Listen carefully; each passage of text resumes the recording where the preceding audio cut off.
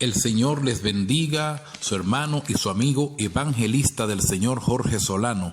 Quiero compartir muy brevemente una porción de la Escritura que es separado en el libro de Romanos, en su capítulo 6. A la letra dice: en el nombre de Jesús. En el versículo 23. Porque la paga del pecado es muerte, mas la dádiva de Dios es vida eterna en Cristo Jesús, Señor nuestro. Gracias al Señor por su palabra.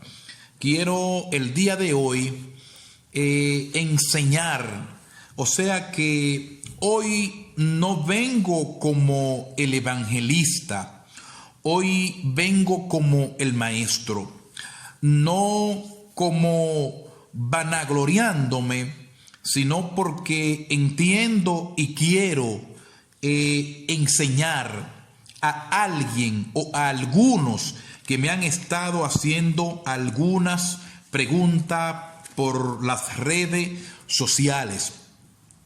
Y quiero hoy enseñarle, quiero bendecir la vida de nuestros seguidores y también de aquellos que su corazón ha sido tocado para de alguna manera en lo que pueden colaborar con nuestro ministerio.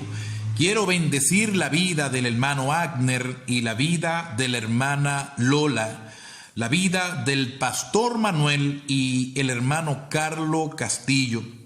Quiero bendecirlo en el nombre del Señor Jesucristo.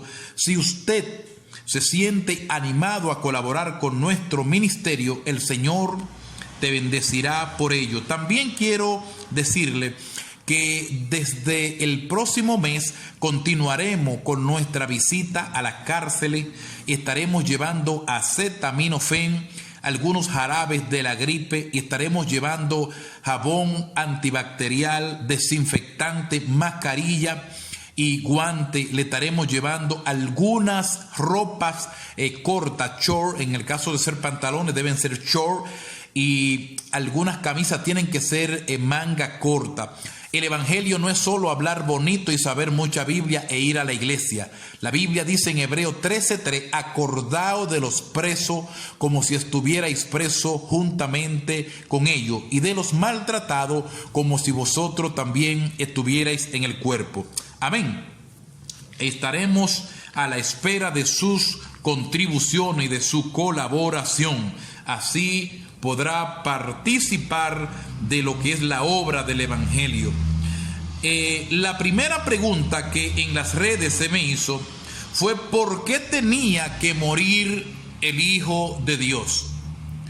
Bueno, lo primero es que la persona que tenía que morir por el pecado del hombre tenía que tener dos condiciones. La primera condición que tenía que tener es que tenía que ser sin pecado, porque el pecado deja una deuda con Dios y el que muriera no podía tener deuda de pecado o moriría por su propia deuda. Es como cuando alguien te debe 2 millones y otro más te debe 2 millones y uno de los dos te dice: mira aquí los 2 millones de fulano. Entonces sigue debiendo 2 millones porque tiene su deuda personal. Pero Cristo no tenía ninguna deuda de pecado porque nunca pecó. Cumplió la ley, cumplió toda la ley divina al 100%. Esa era la primera condición que tenía que tener el que fuera a morir por el pecado del hombre. La segunda condición que tenía que tener el que iba a morir por el pecado del hombre es que tenía que tener un valor infinito. ¿Por qué? Porque la santidad de Dios es infinita y fue ofendida. Entonces Cristo tiene un valor infinito porque Él es infinito y es eterno. Y como iba a morir por el pecado de toda la raza humana, tenía que tener un valor infinito. Estas eran las dos características que tenía que tener el que fuera a morir por el pecado del hombre, y solamente esa característica solo la tiene Dios. Y por eso Dios se encarnó, porque solo Él tiene esas características. Por eso vino Cristo. La segunda pregunta que se me ha estado haciendo es: ¿por qué el pecado del hombre es muerte? Bueno, lo primero es que desobedecer la ley divina te separa de Dios, y Dios es la vida. Por tanto, cuando te separa de la vida, te muere. Sí, por eso al el hombre pecar y separarse de Dios, se murió. Tuvo una muerte instantánea espiritual y una muerte a plazo, que el reloj empezó a correr. Inmediatamente el hombre pecó para morir también físicamente, porque se apartó de Dios, y el apartarse de Dios es muerte, por cuanto Dios es la vida. Él es el manantial de la vida, y si uno se separa de Él, sencillamente se muere. Esa es la respuesta. La otra pregunta que se me ha estado haciendo es: ¿qué es el pecado? Bueno, el pecado es la desobediencia del hombre a la ley divina, a las normas divinas, y ningún hombre aparte de Cristo ha logrado guardar toda la ley divina. Solo Jesucristo. Por eso la Escritura dice: por cuanto todos pecaron, porque todos son descendientes de Adán y arrastramos el pecado. En cambio, Cristo no arrastraba pecado porque fue engendrado de Dios. Es la respuesta de qué es el pecado. Ya usted sabe que el pecado es la separación o la desobediencia del hombre a la ley divina, que lo separa de Dios, y por eso el pecado es muerte. Y la otra pregunta es impresionante. Esta pregunta me llamó la atención. Esta pregunta dice: ¿cómo se cualifica el pecado? Hago un paréntesis para decir que la Biblia no establece periodo de disciplina para nadie, ni un periodo de tal tiempo, ni de tanto tiempo. La Biblia lo que requiere para el pecado es arrepentimiento genuino delante de Dios. Por tanto, los hombres pueden poner un periodo ejemplar para no convertir los actos pecaminosos en una especie de relajo y de juego en la iglesia. Pero Dios no establece un tiempo determinado para ningún pecado, solo el arrepentimiento. Dios en un segundo podría perdonar a alguien que se arrepintió de corazón. Así que ya lo saben, mis santos hermanos. Esta pregunta es impresionante, es impactante. Yo bendigo al Señor, lo glorifico y bendigo la vida de la persona que hizo esta pregunta. Esta pregunta es impactante. Yo quiero que usted se la grabe, porque quizá no todos los días encontrará quien le diga lo que el Señor en su infinita misericordia me ha permitido saber respecto de estas cosas. Bien, la cualificación del pecado. Hay personas que piensan que si ellos no son ladrones, aunque ellos son mentirosos, ellos piensan que no están en pecado. En las iglesias se sufre de llamar pecado al que adultera o fornica. Y dice, está en pecado porque está en fornicación o en adulterio.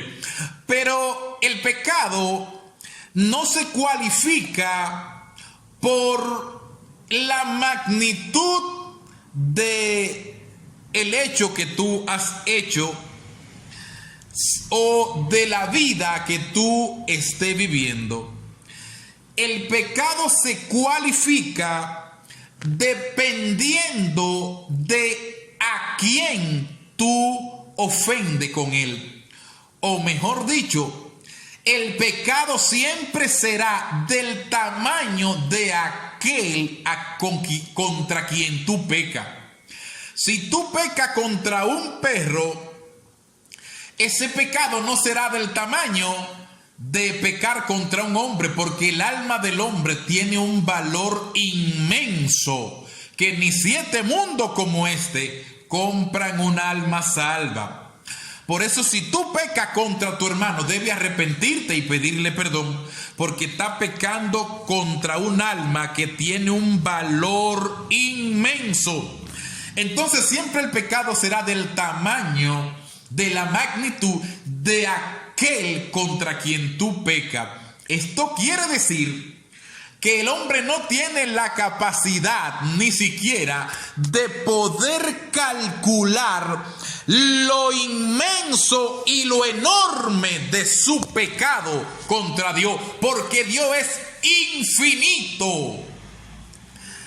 Dios es inmenso, es infinito.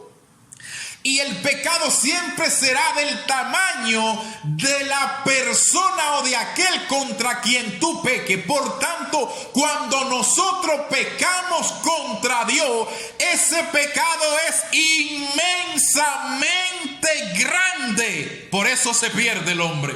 Porque al pecar contra Dios, el pecado es inmenso.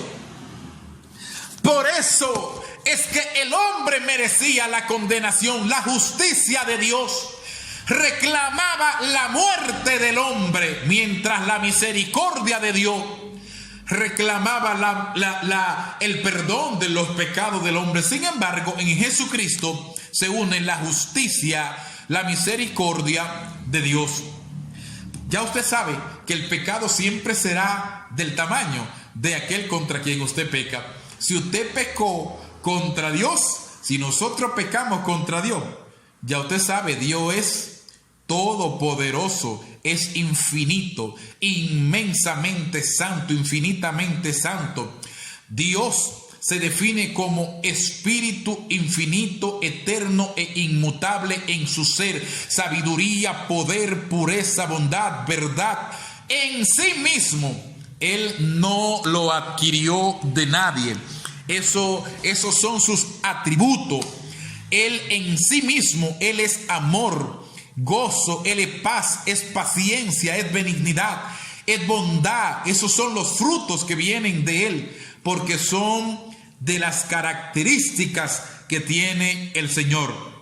Así que ya lo saben, mis santos hermanos, soy su hermano Jorge Solano, el ministerio Marcando Mi Generación. Tenga pendiente, mire, no lo olvide, colaborar financieramente con nuestro ministerio. El Señor te bendecirá por ello y con tu colaboración podremos ayudar a otros, a necesitados.